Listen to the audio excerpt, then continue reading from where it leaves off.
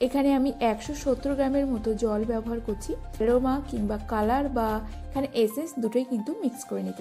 কত নেব সেটা তোমাদের কাছে শেয়ার করছি। হয়ে গেছে, এরপর চলো এক এক করে দেখে নিই টোটাল আমাদের এখানে কেকের ওয়েট কত হয়েছে। টিয়ার সেট করার জন্য আমি কিন্তু প্রথমে ফার্স্ট টিয়ারের মধ্যে hello everyone, welcome to cooking baking lovers. আজকের পর্বে তোমাদের কাছে ছোট্ট একটা কেকের টিউটোরিয়াল শেয়ার করছি। আজকের টিউটোরিয়ালের মধ্যে থাকছে প্রচুর ছোট ছোট টিপস, আর তার সাথে থাকছে 1 কেজি একটা টোটাল নিউ ফ্লেভারের একটা কেকের ডেকোরেশন। তো এই কেকের অর্ডারটা আমি পেয়েছিলাম ইউটিউব শর্টসের মাধ্যমে। যে অর্ডার করেছিল সে হলো আমার একজন লাভলি কাস্টমার এবং সাবস্ক্রাইবার। তো thank you so much Riddhima, তুমি এত সুন্দর একটা কেকের অর্ডার করার জন্য। আর শুরু করা যাক আজকের রেসিপিটি ভালো লেগে থাকলে অবশ্যই like, comment, share, subscribe. Eggless cake বানানোর জন্য তোমরা হোমমেড স্ক্রাচ ব্যবহার করতে পারো বা মার্কেটের বিভিন্ন ধরনের প্রিমিক্স আছে সেগুলো ব্যবহার করতে পারো। আজকে আমি 1 কেজি এগলেস বার্থডে কেকের ডেকোরেশন করব। তার জন্য এখানে কতটা প্রিমিক্স লাগছে সেটা আমি কিন্তু মেজারমেন্টের সাথে শেয়ার করছি। একটা বাটির মধ্যে আমি নিয়েছি টোপোলাইট কোম্পানি ভ্যানিলা প্রিমিক্স প্রায় 350 গ্রাম। এরপর আমরা এখানে জলটা মেপে নেব। জলের পরিমাণটা কিন্তু অবশ্যই সঠিক থাকতে হবে, তাহলে প্রিমিক্সের সাহায্যে যে আমরা কেকের স্পঞ্জটা তৈরি করব তার টেক্সচারটা কিন্তু খুব সুন্দর হবে। মোটামুটি আমরা এখানে যতটা পরিমাণে প্রিমিক্স ব্যবহার করব তার ঠিক অর্ধেক পরিমাণে আমরা এখানে জল নেব। তো 350 গ্রাম আমি প্রিমিক্স নিয়েছি। এখানে আমি 170 গ্রামের মতো জল ব্যবহার করছি। প্রথমে ব্লেন্ডার কাঁটার সাহায্যে আমরা এইভাবে প্রিমিক্সটা জলের সাহায্যে মিক্স করে নেব। এরপর যে ফ্লেভারের আমরা বার্থডে কেকের রেসপন্স তৈরি করব সেই ফ্লেভারের অ্যারোমা কিংবা কালার বা এখানে এসেন্স দুটোই কিন্তু মিক্স করে নিতে পারো। তো আমি এখানে কফি ফ্লেভারের বার্থডে কেকের রেসপন্স তৈরি করব, সেই জন্য আমি এখানে বেকারসভিলা কোম্পানির কফি অ্যারোমাটা ব্যবহার করছি। 1 টিস্পুন মতো আমরা এখানে কফি অ্যারোমা ব্যবহার করেছি। ব্লেন্ডারটা আমরা এখানে মিডিয়াম টু হাই স্পিড রেখে 1 থেকে 1.5 মিনিটের জন্য বিট করে নিলে এখানে কেকের ব্যাটার তৈরি হয়ে গেল। এরপর আমরা এখানে টিন সাইজটা কত নেব সেটা তোমাদের কাছে শেয়ার করছি। আজকে আমি 1 কেজি 3 টিয়ারের কেকের ডেকোরেশন করব। তো ফার্স্ট টিয়ারটা আমি এখানে রাখবো 6 ইঞ্চি, সেকেন্ড টিয়ারটা আমি রাখবো 4 ইঞ্চি, আর একদম টপ পোর্শনে যে টিয়ারটা আছে তোমরা দেখছো এখানে আমি কাপ কেকের মোল্ড নিয়েছি। তো এই মোল্ডের সাইজ হলো 1.5 ইঞ্চি। প্রতিটা মোল্ডের মধ্যে আমরা সম পরিমাণে এখানে কেকের ব্যাটার দিয়ে দেবো, আর প্রতিটা লেয়ার কিন্তু আমরা 3টে লেয়ারে কাটবো।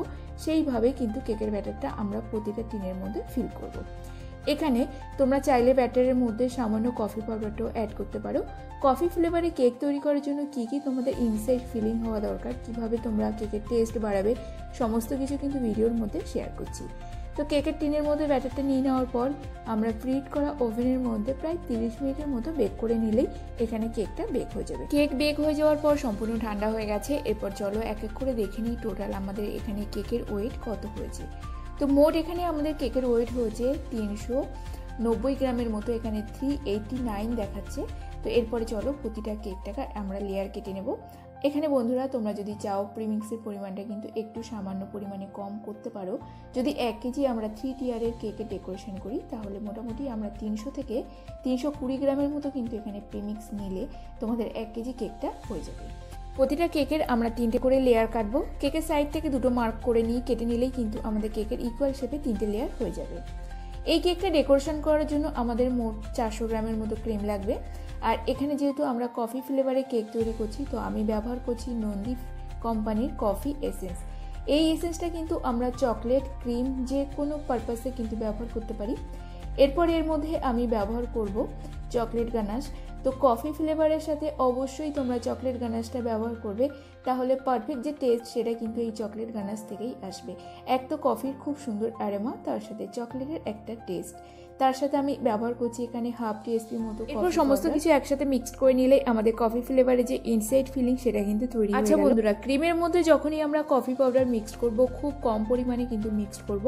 এক্সট্রা পরিমাণে হয়ে গেলে কিন্তু কফির যে টেস্ট সেটা কিন্তু সম্পূর্ণ আলাদা আসবে।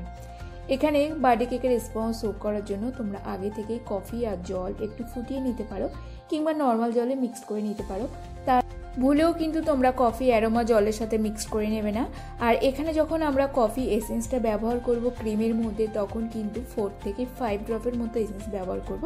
তো আমি কেকের ইনসাইড ফিলিংয়ের জন্য মোট 180 গ্রামের মতো ক্রিম নিয়েছি, সেখানে আমি 5 ড্রপের মতো কিন্তু কফি এসেন্স ব্যবহার করেছি। আমি নন্দী কোম্পানির কফি এসেন্সটা ব্যবহার করেছি। তো প্রথম লেয়ারের মধ্যে আমি এইভাবে ডার্ক চকলেট গ্রেট করে অ্যাড করে দিচ্ছি, আর সেকেন্ড লেয়ারে আমি ডার্ক চকো চিপস অ্যাড করছি। এখানে তোমরা চাইলে হোয়াইট চকো চিপস অ্যাড করতে পারো বা একটু করে আবার প্রতিটা লেয়ারে চকলেট গানাশ অ্যাড করতে পারো। কিন্তু যেভাবে আমি কেকের ইনসাইড ফিলিংটা তৈরি করা দেখানো শেখালাম সেইভাবে তোমরা তৈরি করবে। কফি ফ্লেভারটা কিন্তু খুব দুর্দান্ত লাগে। তো ফার্স্ট টাইম আমি প্রথম কোনো কাস্টমারকে রিকোয়েস্ট করলাম কফি ফ্লেভারে কেকটা ট্রাই করো, খেতে খুব সুন্দর লাগবে। অবশ্যই কাস্টমার কিন্তু রিভিউটা খুব সুন্দর দিয়েছে। আর এখানে যে কেকের অর্ডারটা এসেছিলো সেটা কিন্তু আমার ইউটিউব শর্ট থেকেই একটা কেকের অর্ডার এসেছিলো। সেখানে অন্য ধরনের ডিজাইন ছিল, আর ডিজাইনটা কিন্তু আমি সম্পূর্ণ এখানে চেঞ্জ করে দিয়েছি।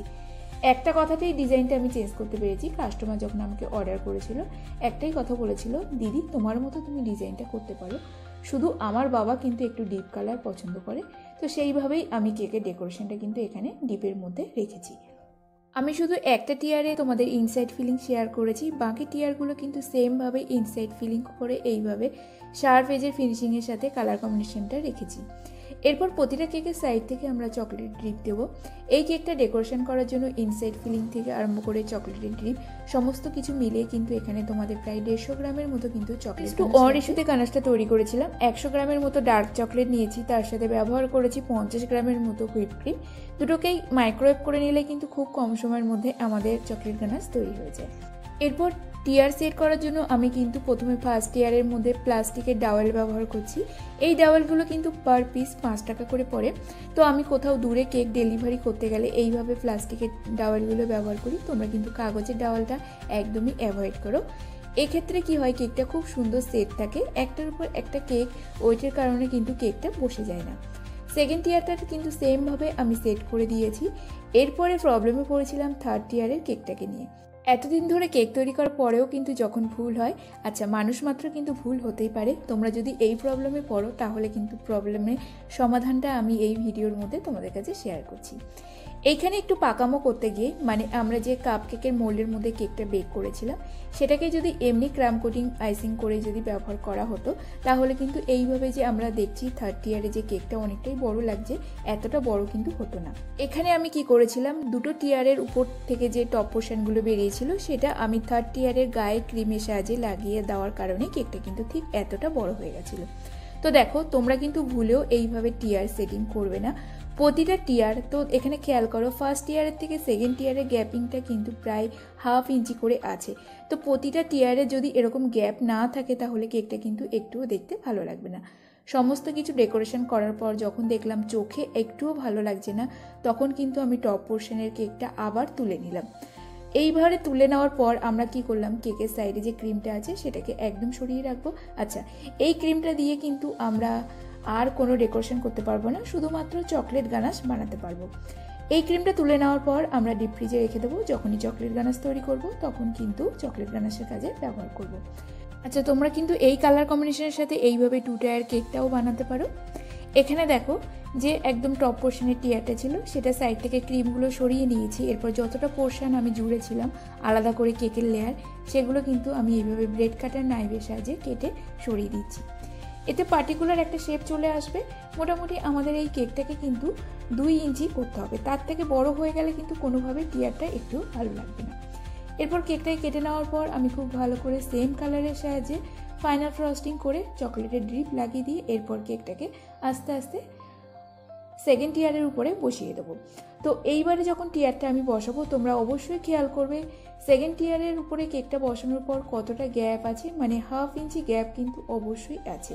এরপর আমরা সাইড থেকে স্টার নোজেলের সাহায্যে ডেকোরেশন করে দেবো, তারপরেও কিন্তু একটু গ্যাপ থাকবে, তাহলে প্রতিটা টিয়ারে ডেকোরেশনটা কিন্তু খুব সুন্দর। টিয়ারের কেক সেট করার জন্য আমি এখানে মোট 4 পিসের মতো প্লাস্টিকের ডাওয়েল ব্যবহার করেছি। এরপর কেকটাকে আমি নন এডিবল ফুলের সাহায্যে ডেকোরেশন করব আর গোল্ডেন ফক্স বলের সাহায্যে ডেকোরেশন করব। ইউটিউব শর্ট থেকে যে কেকটা দেখে আমার অর্ডার এসেছিল সেটা কিন্তু সম্পূর্ণ হুইপ ক্রিমের ফ্লাওয়ারের সাথে ডেকোরেশন করা ছিল। এখানে ডেকোরেশনটা কিন্তু আমি সম্পূর্ণ চেঞ্জ করে দিয়েছি, শুধুমাত্র আমার উপর ভরসা করেছিল বলে এই ধরনের ডেকোরেশনটা আমি চেঞ্জ করেছি। আর আমাদের একটাই প্রবলেম আছে, এক ডিজাইন কিন্তু বারবার রিপিট করতে, বিশেষ করে যারা হোম বেকার্স আছে তাদের কিন্তু একটুও ভালো লাগে না।